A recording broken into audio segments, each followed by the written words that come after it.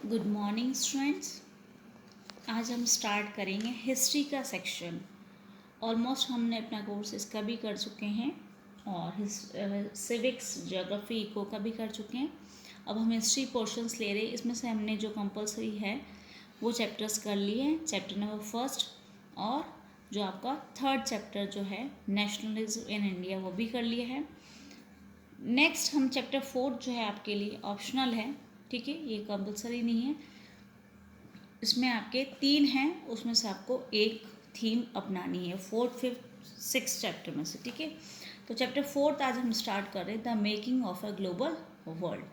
कौन सा चैप्टर आएगा हिस्ट्री सेक्शन में से, सिविक्स में से, मैं आपको जो है रिवाइज सिलेबस आपको सेंड कर चुकी हूँ आपके ग्रुप में। तो आज हम स्टार्ट करेंगे chapter number fourth, history the making of a global world.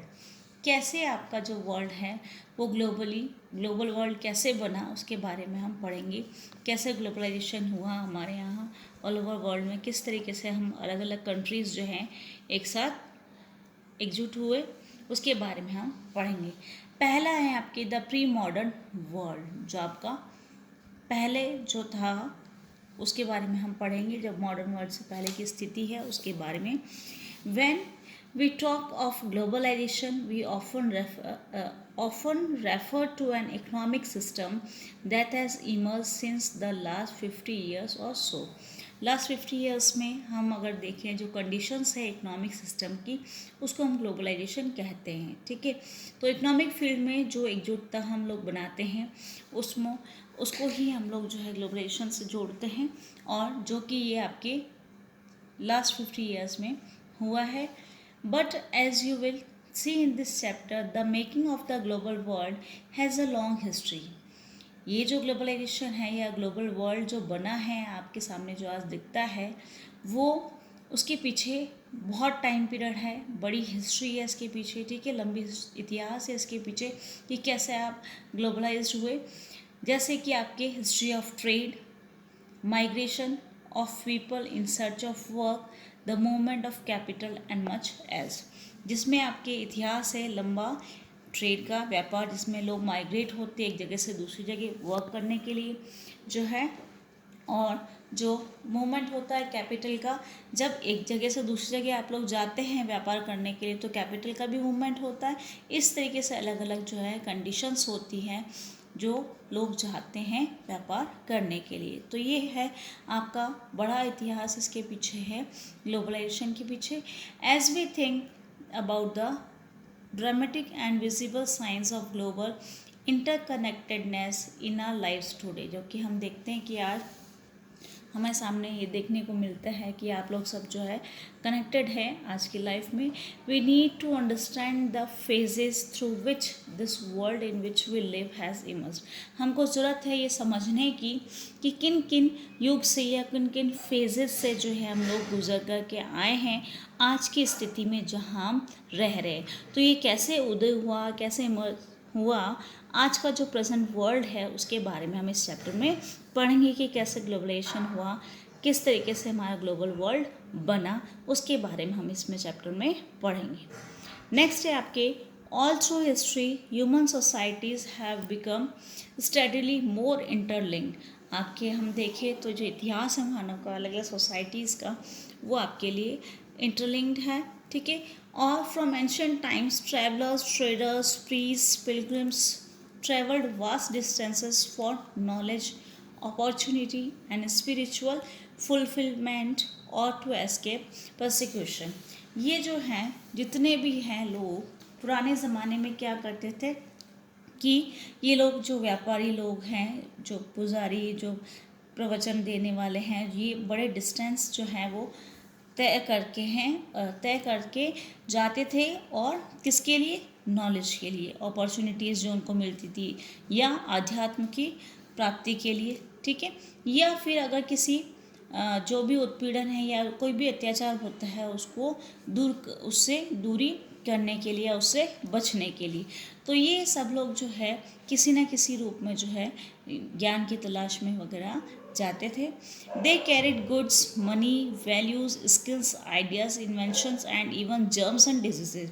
जो लोग ये लोग जो हमने ऊपर पढ़े हैं, ये लोग सब जाते थे एक जगह से दूसरी जगह, उनके साथ वो गुड्स, अपने जो भी सामान है, उनके साथ पैसा, जो वैल्यूज़ और जो स्किल्स, जो मूल्य और जो कौशल उनके पास है, यानी किसी न किसी पर्सन में कोई ना कोई स्किल्स होती है, कुछ वैल्यूज़ होती है, उसकी कुछ आइडियाज़ होते हैं, और जो इन्वेंशंस जो वहाँ के लोग करते हैं एक कंट्री से दूसरी कंट्री जब जाते हैं तो वो अपने साथ इन्हीं इन्वेंशंस, डिस्कवरीज सबको लेकर के जाते हैं, इन स्किल्स को। Clear? And even germs and diseases, अगर आपके यहाँ कंट्री में कोई है तो दूसरी जगह भी वो जर्म्स और डिजीज़ भी लेकर के जाते हैं।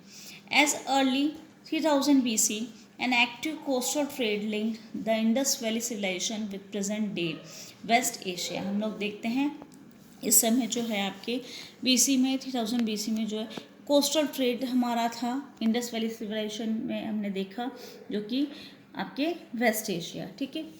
For more than a millennia, cowries, जो आपके कौड़ी हम हिंदी में बोलते हैं, सीशल्स जो होते हैं, used as a form of currency. पहले जो है ये लोग करेंसी के रूप में इन कौड़ियों को काम में लेते थे। From the Maldives found their way to China and East Africa. ये हमारा रूट था जो कि हमने रास्ता अपनाया चाइना से और जो चाइना तक जाता है और ईस्ट अफ्रीका को। The long distance spread of disease carrying germs may be traced as a far back as the 7th century। By the 13th century it had become an unmistakable link.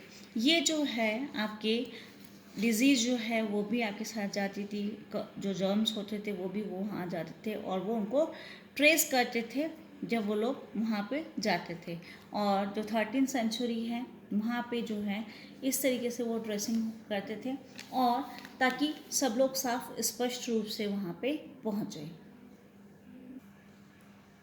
Next है आपके silk routes link the world. ये silk route है जो कि आपको all over world से जोड़ता है।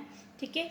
The silk routes are a good example of vibrant pre modern trade and cultural links between distant parts of the world. ये silk routes है जो कि आपको दूसरे कंट्रीज से जोड़ता है।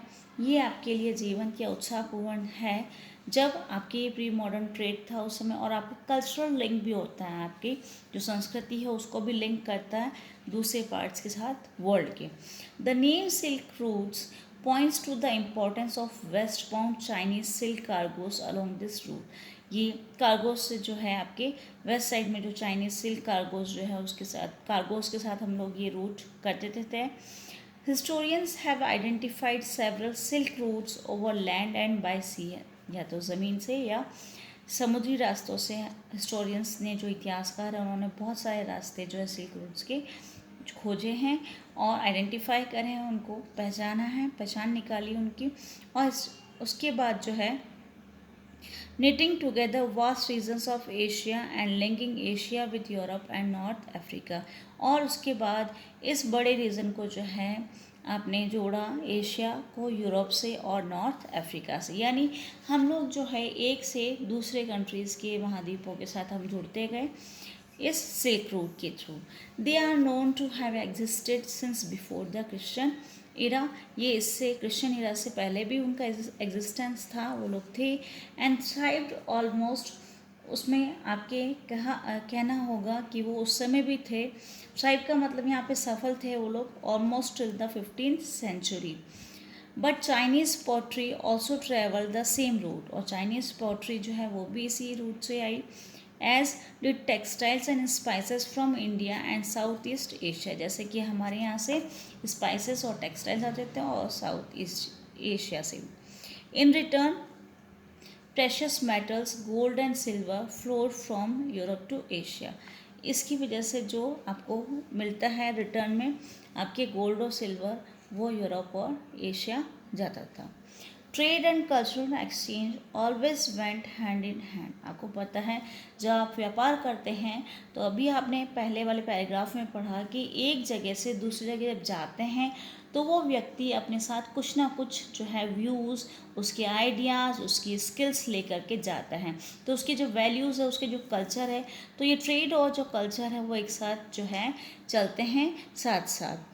Early Christian missionaries almost certainly travel this route to Asia. बहुत सारे जो स्टार्टिंग की बात करें हम, जो क्रिश्चियन मिशनरीज थे वो लोग इसी रूट से जो है एशिया आते थे, ट्रेवल करते थे, as did early Muslim preachers a few centuries later. उसके बाद मुस्लिम प्रीचर्स जो थे वो भी आए। Much before all this Buddhism emerged from eastern India and spread in several directions through intersecting points on the silk route. और इससे जो है सिल्क रूट के थ्रू जो है आप वहाँ, और ये बौद्ध धर्म के लोग जो है वो भी यहाँ पे उदय हुआ उनका भी ईस्टर्न इंडिया में, और वो सभी जगहों पे सभी डायरेक्शंस में जो है ये पहुँचाने लगे अपने प्रवचन वगैरह, अपने आइडियाज़ व्यूज़ देने लगे।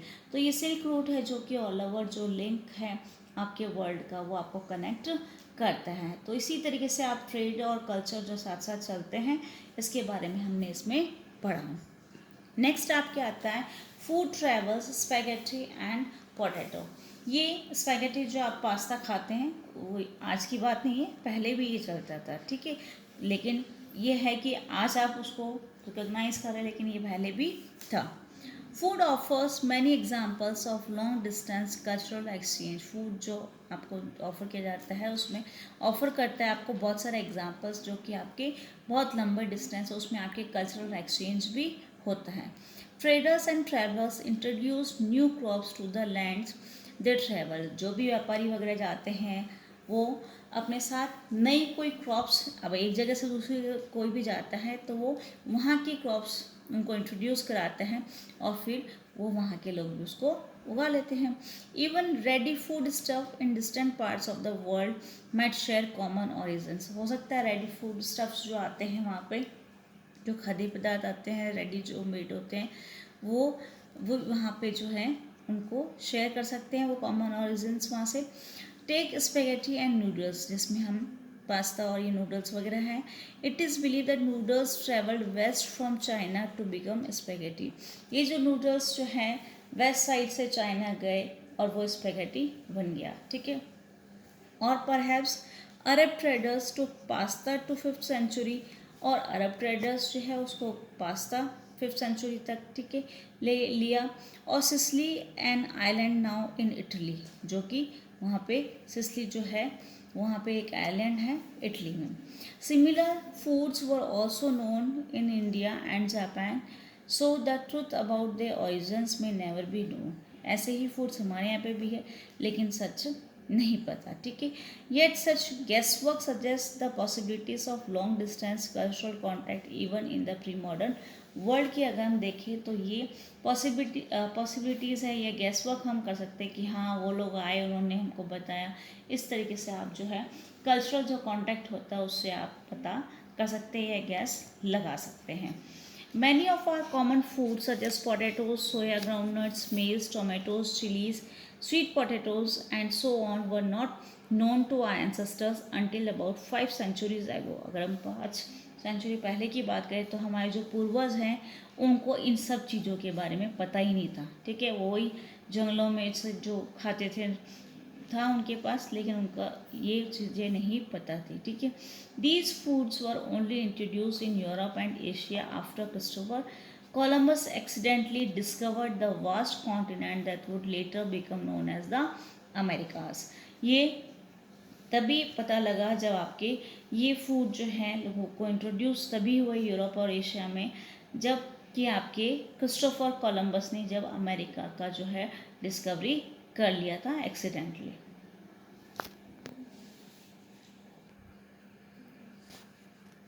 तो ये था आपके कि कैसे आपके अलग अलग जो फूड प्रोडक्ट्स होते हैं वो पहले भी थे और आपके ये एक दूसरी जगह से इंटरलिंक्ड होकर के आपको जान पहचान होती है एक जगह से दूसरी जगह के जो फूड प्रोडक्ट्स होते हैं उनके बारे में, ठीक है।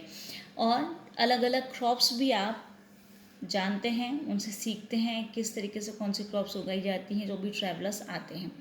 Hair we will use America to describe North America and South America and the Caribbean. यहाँ पे जो डिस्कवरी बताई है क्रिस्टोफर कोलम्बस के द्वारा जो है अमेरिका की डिस्कवरी करी उसमें यह इंक्लूडेड नॉर्थ साउथ अमेरिका और कैरेबियन।